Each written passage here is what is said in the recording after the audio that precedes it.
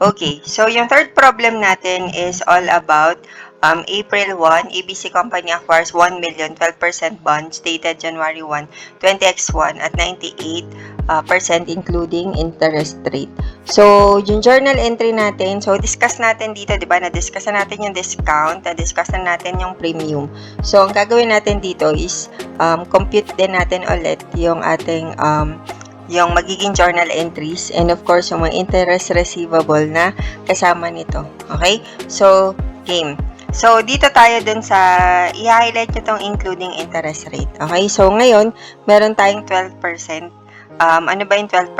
Ito ba yung nominal rate or interest rate? So, or yield rate. So, since ito yung 1 million, so this one is the face amount and of course, yung 12% natin, yun yung nominal rate din natin. Okay? So, kita natin dito, yung date ng ating bond is 20x1. So, this one, April 1, nakalagay din pala sa problem, 20x1 din. So, yung bonds niya, nagsimula ng January, pero, binili natin siya ng April 1. So, ibig sabihin, may nakalagay dito na interest rate. Okay? So, ngayon, yung interest rate na yon nakasama dun sa pag-acquire natin. So, kaya, magkano ba yung interest rate na yon? So, normal. So, 1 million times 12%. Tapos, bilangin mo kung ilang months yung nakalipas. So, that will be January, February, April. So, that will be 3/12. So, kaya yung interest rate na nakasama dito is yung 30,000 natin. Okay? So, ibig sabihin, kung sa 980, okay, kasama na daw dyan yung 30,000. So, ilan na lang yung for the investment in bonds? So, 950 na lang. So, that's why yung ating interest bond at amortized cost is 950. So, ito yung natanggap nating cash or ito yung binayad nating cash kasama din yung sa interest, income, at yung isa ay sa investment in bonds. So, paano yan at amortized cost? So, paano siya i-journal entry kapag April 1? So, 4/1, 20x1. So, alam naman natin na magbabawas tayo ng cash.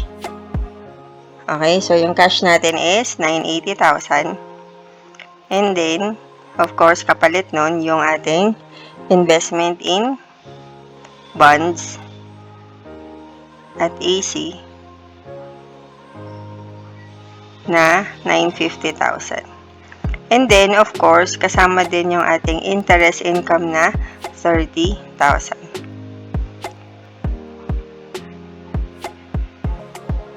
Okay? So, bakit yung interest income mo ay nasa debit? Di ba po ang interest income po ay nasa credit? Kasi yung sa yung subsequent niyang collection, kasama na dito sa recording natin. So, ano ba yung mangyari doon sa sinasabing subsequent collection? So, di ba doon sa 431, itong 1231, 20x1. So, ano ba yung 1231, 20x1? Yun yung nagkaroon ng interest, yung pagkuha na ng interest income. So, paano nga ba ulit kinukuha yung interest income o yung interest receivable natin? Pero again, since 1231 yung bigayan niya, so kaya cash na siya.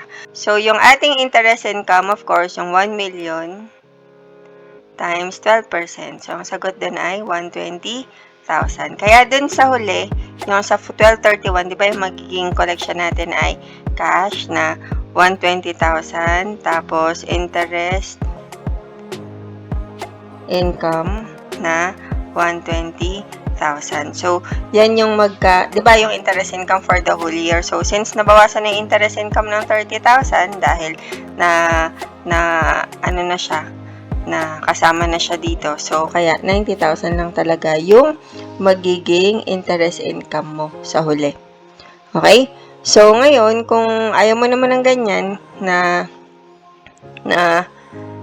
presentation, so, kasi may allergic ka dun sa interest income na, kumbaga na 30,000 allergic ka sa interest income na 30,000 na nasa debit. So, pwede mong palitan yan ng interest receivable muna kung ayaw mo pang i-recognize.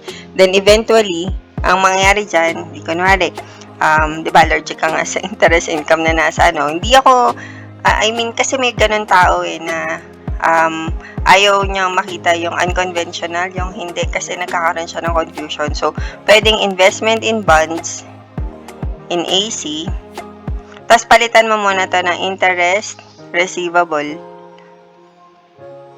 So, 950, tapos 30, tapos cash na 980. Tapos, sa huli, kapag natanggap mo na yung cash, so, na 120, diba?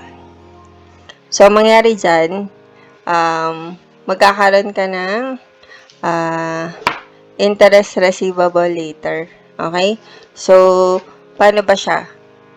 Ganito. So, di ba may cash ka na 120,000, tama?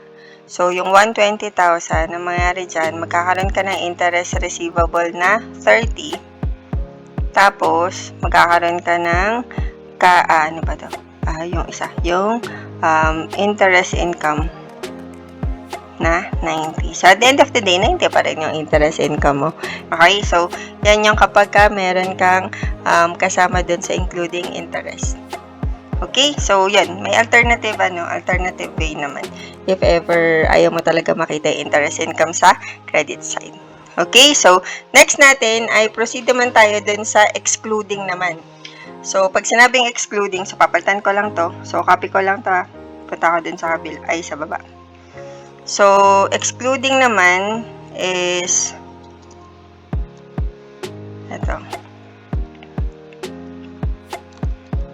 Palitan ko lang to na excluding interest rate. So, sa excluding, of course, hindi siya kasama dun sa binayad mo. So, ngayon, ano mangyayari dyan? So, proceed ulit tayo dito. So, dun sa interest income, so, 'di ba, yung April 1 natin kanina, 20x1. So, 'di ba, nagbayad tayo ng, 'di ba, cash kanina ay 980. So, hindi na siya 980 lang kasi nga yung cash mo, magkakaroon ka na dito ng 980 plus yung interest. Tapos, yung cash mo dito, yung investment in bonds at AC, ano na siya, 980 na siya. Okay, 980 yung valuation niya. So, ibig sabihin, yung interest income mo, hindi kasama dito. So, mangyari dyan, kukompute mo ulit. So, same pa rin naman yung computation, yung 1 million times 12% times 3 over 12. So, magiging sagot ay 30,000. So, yung 30,000 na yun, hindi na siya included. So, kaya mangyari, yung 980, as is 980 siya. So, kung idadagdag mo yung 30,000, so, magiging ano nun is, magiging total nun, syempre, isasama mo na yung 980 plus 30. So, kaya magiging 1,010,000. Okay? So, ganun ulit. Kung allergic ka ulit dun sa sa interest income, so, pwede mo ulit gawin yung alternative natin kanina. Okay? So, yan lang yung computation dito. Okay? So, yun yung pag excluding interest rate. So, magbabago lang yung cash kasi sasama mo yung interest income na isa. Pero kung gusto mo ulit na interest receivable and then adjust na lang dun sa huli, pwede din naman. Okay? So, ito yung ating discussion when it comes doon sa may interest rate na kasama or nabili siya ng in-between doon sa dun. Hindi siya nabili ng January 1 pagka-start. So, nabili siya sa medyo gitna. So, ganun lang yung gagawin. So, i-account mo lang yung interest income nung nakalipas na months. Okay? So, again, good day and good luck.